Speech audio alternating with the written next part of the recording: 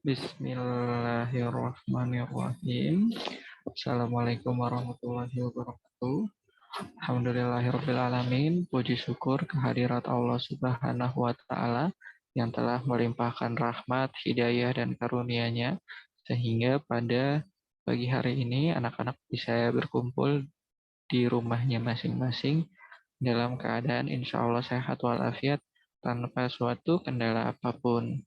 Jadi, pada pertemuan hari ini, kita akan membahas mengenai perhitungan harga jual produk, di mana nanti anak-anak di sesi akhir akan melaksanakan tugasnya masing-masing, kemudian tugas tersebut dikumpul di LMS. Oke, dari mana harga jual produk itu terbentuk? Harga jual produk terbentuk berdasarkan harga pokok produksi ya yang sudah ditambah dengan persentase laba. Jadi harga jual produk itu terbentuk dari harga pokok produksi yang sudah ditambah dengan persen laba dari harga pokok produksi. Nah, ini yang disebut sebagai harga jual. Harga pokok produksi itu sendiri apa? Harga pokok produksi itu adalah harga balik modal untuk menghasilkan satu unit produk. Jadi bisa dikatakan bahwa harga pokok produksi itu adalah total cost dibagi dengan Q, di mana total cost ini adalah biaya produksi secara keseluruhan. Kemudian Q adalah jumlah produksi, ya, jumlah barang yang diproduksi. Ini adalah rumus dasarnya dalam menentukan harga jual suatu produk. Kemudian kita masuk ke slide selanjutnya, yaitu mengenai komponen apa saja yang terdapat di dalam harga jual. Komponen yang terdapat di dalam harga jual yang pertama itu adalah biaya produksi, yang bisa disebut sebagai total cost. Ini merupakan biaya awal yang digunakan dalam suatu kegiatan usaha atau suatu kegiatan produksi. Ya, untuk lebih sederhana dan untuk lebih ringkas, total cost itu bisa kita sebut sebagai modal uang ya untuk bisa menjalankan suatu produksi. Di mana total cost itu ya adalah gabungan dari fixed cost dan variable cost.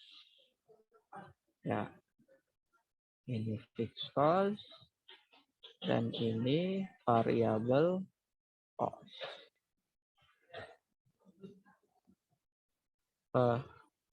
Kedua jenis fixed cost dan variable cost, ya, ini fixed cost dan variable cost itu bentuknya bisa bulanan atau harian. Ya, bisa bulan atau bisa harian. Kalau keseluruhan kita sebut saja total fixed cost. Ya, kalau dia harian sebut saja fixed cost. Ya, sama seperti yang di atas. Kalau misalnya variable cost sudah total dalam satu bulan, maka disebut total variable cost. Ya, kalau hariannya itu masih disebut sebagai variable cost. Jadi bisa kita gambarkan bahwa total cost adalah gabungan dari fixed cost ditambah variable total variable cost.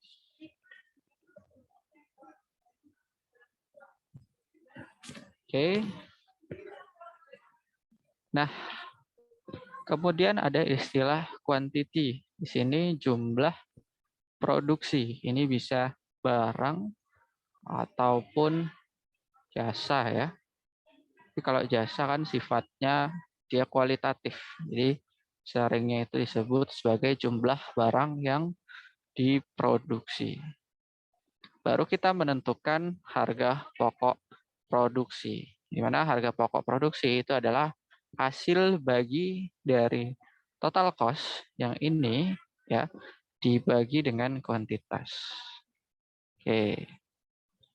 Setelah harga pokok produksi diperoleh, baru kita bisa masukkan ke harga jual. Mana harga jual adalah harga pokok produksi yang sudah ditambahkan dengan persen laba. Siapa yang menentukan persen laba? Persen laba ini ditentukan oleh masing-masing perusahaan. Jadi kita punya beberapa persamaan. Pertama adalah total cost sama dengan fixed cost ditambah dengan variable cost. Kalau ini bentuknya harian, kalau dia sudah bulanan, maka bentuknya sudah total fixed cost ditambah dengan total variable cost. Di mana ketika kita sudah tahu total cost, kita bisa menentukan harga pokok produksi. Dan ketika kita sudah memenuhi harga pokok produksi, kita bisa menentukan harga jual atau price ya, yaitu harga pokok produksi ditambah persen laba dikali dengan harga pokok produksi. Oke. Kemudian, nah, komponen yang penting dalam biaya produksi atau harga pokok produksi itu ada biaya tetap dan biaya variabel. Nah, kalau biaya tetap itu dirumuskan sebagai fixed cost, adalah sebagai biaya yang tidak mengalami perubahan meskipun terjadi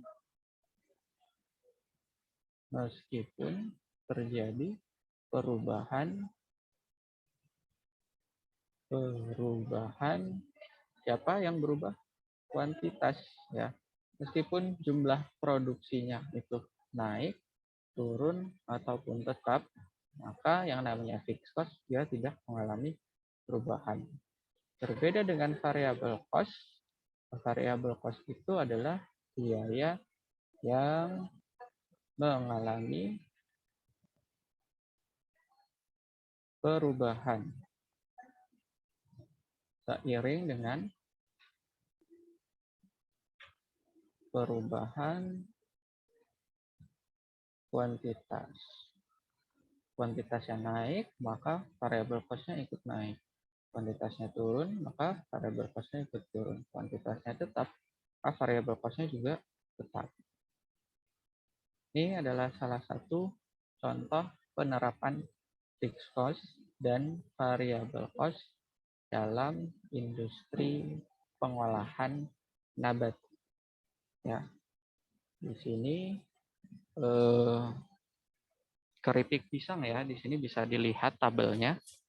Ya, dalam pembuatan keripik pisang ternyata ada biaya tetap dan biaya tidak tetapnya. Kalau yang disebut biaya tetap itu ada dua, di sini ada biaya bangunan dan penyusutan alat. Ini berdasarkan perhitungan ekonomis. Nah, kemudian digabung, diketahui jumlah total biaya tetapnya berapa. Nah, ini fixed cost ya. Kemudian ada variable cost-nya. Nah, variable cost-nya adalah biaya yang berubah-ubah seiring dengan perubahan kuantitas. Tadi ada penyediaan bahan baku pisang. Nah, ini sudah jelas ya kalau pisang, misalnya kita menghasilkan 1000 kemasan pada bulan ini, bulan depan kita pengen menghasilkan 2000 kemasan, ya otomatis jumlah buah pisang yang kita beli itu semakin banyak. Kemudian ada bahan tambahan lainnya, seperti bumbu penyedap, minyak goreng, plastik kemasan, dan gas. Ya. Dan yang tidak kalah penting adalah ini masuk ke variabel cost adalah upah tenaga kerja. Oke, untuk gaji karyawan itu masih fleksibel ya, bisa masuk ke biaya tetap dan biaya tidak tetap, tergantung jenis perusahaannya seperti apa. Oke, kita masuk ke contoh soal yang pertama. Di sini ada soal, ya, Bayu adalah seorang pengusaha kue brownies. Ia mendapat pesanan kue brownies sebanyak 100 loyang. Oke, pertama diketahui dalam soal adalah kuantitas. Kuantitasnya berapa? Kuantitasnya adalah 100 loyang kue brownies. Kemudian, kita sebut saja kuantitas 1 ya. Dengan TC atau total cost sebanyak TC1 juga 5 juta rupiah. Kemudian, Bayu mendapatkan pesanan sebanyak 100 loyang. Nah, di sini ada kuantitas 2 ya, di mana ditambahin 100 loyang pesanan. Sehingga TC totalnya menjadi 10 juta rupiah. Yang ditanya adalah harga pokok produksi. Harga pokok produksi, berarti kita harus punya total cost dibagi dengan kuantitas. Ya, kuantitas total cost-nya kita sudah punya. Kita pakai yang ini ya, total cost secara keseluruhan. Dipakai 10 juta rupiah. Kemudian kuantitasnya kita pakai yang mana? Karena kuantitas 1 dan kuantitas 2-nya ini sama, kemudian nah kuantitas 2 adalah tambahan pesanan, mari kita harus tentukan kuantitas keseluruhan. Ya, kita bisa tambahkan Q1 tambah Q2 langsung. Ya, di mana 100 ditambah 100 itu sama dengan 200 loyang. Ini yang kita pakai ya. Udah, kita masukkan saja 200 di sini. Jadi hasilnya adalah, ini dicoret, 2. 10 bagi 2 hasilnya 5. Jadi harga pokok produksinya untuk menghasilkan satu kue brownies adalah Rp50.000. Kemudian kita masuk ke contoh soal selanjutnya. Di sini ada soal yang lebih panjang ya. Bayu adalah seorang pengusaha asinan buah khas Bogor. Produksi asinan buah per harinya mengeluarkan biaya bahan baku. Ya, berarti kita harus pisahkan dulu ya. Diketahui. Kita pisahkan yang mana fixed cost dan yang mana variable cost. Ya. Mengeluarkan biaya bahan baku sebesar 100.000 per harinya. Jadi kita bisa taruh di sini ya. Yang pertama adalah biaya bahan baku. Itu mengeluarkan 100.000 rupiah per hari. Dan biaya bahan tambahan pangan. Biaya tambahan pangan masih di sini ya. Biaya tambahan makanan untuk beli garam, gula, merah, dan lain-lain ya. Itu sebesar 50.000 rupiah juga per harinya. Kemudian Pak Bayu juga mengeluarkan biaya tetap untuk apa nih? Untuk dia perawatan mesin, ya, perawatan mesin. Itu sebesar 9 juta per bulan. Kemudian apalagi yang diketahui? Yang diketahui adalah kuantitas. Ya, kuantitas yang dihasilkan, asinan buah yang dihasilkan adalah sebanyak 100 kemasan per hari. Yang ditanya apa? Yang ditanya adalah harga pokok produksi. Seperti kita tahu, oke, di sini ya, harga pokok produksi. Seperti kita tahu, harga pokok produksi itu kita harus tahu total cost dan kuantitasnya berapa. Kuantitas kita sudah punya. Kemudian kita harus mencari total cost-nya terlebih dahulu. Total cost itu adalah gabungan dari total fixed cost ditambah dengan total variable cost. Oke. Kalau misalnya 1 bulan itu 30 hari ya, karena di sini tidak ada asumsinya, ini kita asumsikan sendiri bahwa 1 bulan itu sama dengan 30 hari. Ya, kalau di soal tidak ada, maka asumsi saja ya per bulannya itu 30 hari. Nah, dari sini kita bisa uraikan ya. Total fixed cost-nya kita sudah punya 9 juta. Kemudian total variable cost. Nah, ini kan variable cost-nya masih per harian.